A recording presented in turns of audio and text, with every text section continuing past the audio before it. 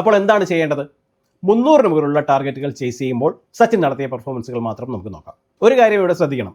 270 വലിയ ടാർഗറ്റ് ആയിരുന്ന സമയത്ത് ഒരുപാട് മത്സരങ്ങൾ കളിച്ചിട്ടുള്ള സൗത്ത് ആഫ്രിക്കൻ ബൗൺസി പിച്ചിൽ ഫോമിലുള്ള അക്രം, അക്തർ, വഖാർ എന്നിവരെ തച്ചുടച്ച് 273 പിന്തുടർന്ന് സച്ചിൻ അടിച്ച 98, ഷാർജയിലെ പ്ലെയർ ഓഫ് ദി മാച്ചായ 3 ചേസുകൾ, മുൻപ് പറഞ്ഞ പെപ്സി കപ്പിലെ ചേസ്, വെസ്റ്റ് ഇൻഡീസിലും ഓസ്ട്രേലിയയിലും ഒക്കെ ഫൈനലിൽ പോലും സച്ചിൻ നേടിയ ചേസ് ഇന്നിങ്സുകൾ, ഇവയെല്ലാം നിഷ്കരണം തടഞ്ഞുകൊണ്ടാണ് ഞാൻ ഈ കണക്ക് പറയുന്നത്. 300-നപ്പുറമുള്ള ടാർഗറ്റുകൾ മാത്രം. ഇവിടെ കോഹ്ലിയാണ് ഇദ്ദേഹം പറഞ്ഞ ആൾ. മാത്രമല്ല ചേസ് മാസ്റ്റർ എന്നാണ് കോഹ്ലി അറിയപ്പെടുന്നത്. അതുകൊണ്ട് തന്നെ കോഹ്ലിയാണ് ഞാനിവിടെ ബെഞ്ച് മാർക്കായി വെക്കുന്നതും.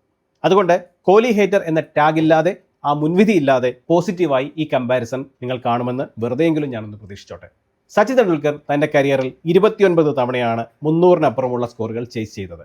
അതിൽ 8 തവണ ടോപ്പ് സ്കോറർ സച്ചിൻ തന്നെയായിരുന്നു. വിരാട് കോഹ്ലി തൻ്റെ കരിയറിൽ 36 തവണയാണ് 300-ലധികമുള്ള സ്കോറുകൾ ചേസ് ചെയ്തത്. അതിൽ 10 തവണ കോഹ്ലിയായിരുന്നു ടോപ്പ് സ്കോറർ. ഇത് രണ്ടും തുല്യമായ അനുപാതമല്ലേ? സച്ചിൻ വലിയ സ്കോറുകൾ പിന്തുടരുമ്പോൾ പരാജയപ്പെടുന്നു എന്നത് വെറും മിത്താണെന്ന് മുൻപ് പറഞ്ഞ 270 മുതൽ 300 വരെയുള്ള ചേസുകൾ ഒഴിവാക്കി 300-നപ്പുറമുള്ളവ നോക്കിയാലും മനസ്സിലാവുന്നതല്ലേ ഉള്ളൂ. ഇനി സെഞ്ചുറിയാണ് മാനദണ്ഡമെങ്കിൽ സച്ചിനെ 300 ചേസ് ചെയ്യുമ്പോൾ 2 സെഞ്ചുറിയേ ഉള്ളൂ. പിന്നെ കൂടെയുള്ളത് 2 തൊണ്ണൂറുകളാണ്. അതായത് 4 തൊണ്ണൂറുകളിൽ കൂടുതലുള്ള സ്കോറുകൾ. കോഹ്ലിക്ക് അതേസമയം 9 സെഞ്ചുറികളുണ്ട്. അദ്ദേഹം ചേസ് മാസ്റ്റർ ആണല്ലോ, അതിൽ അത്ഭുതമില്ല. പക്ഷേ ഇതിൽ പലരും വിട്ടുപോകുന്ന ചില കാര്യങ്ങളുണ്ട്.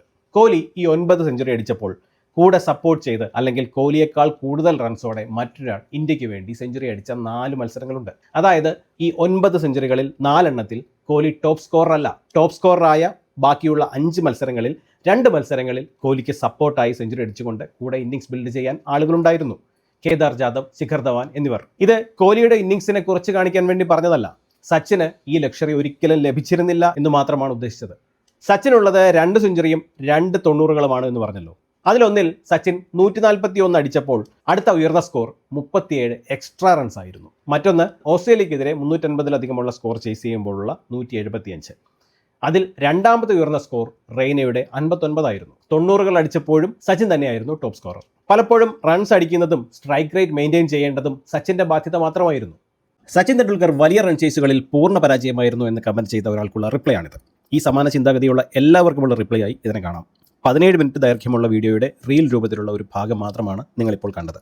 പൂർണ്ണരൂപം മലയാളം ക്രിക്കറ്റ് അനലിസ്റ്റിൻ്റെ ഫേസ്ബുക്ക് പേജിലും യൂട്യൂബ് ചാനലിലും നിങ്ങൾക്ക് കാണാനാവുന്നതാണ്.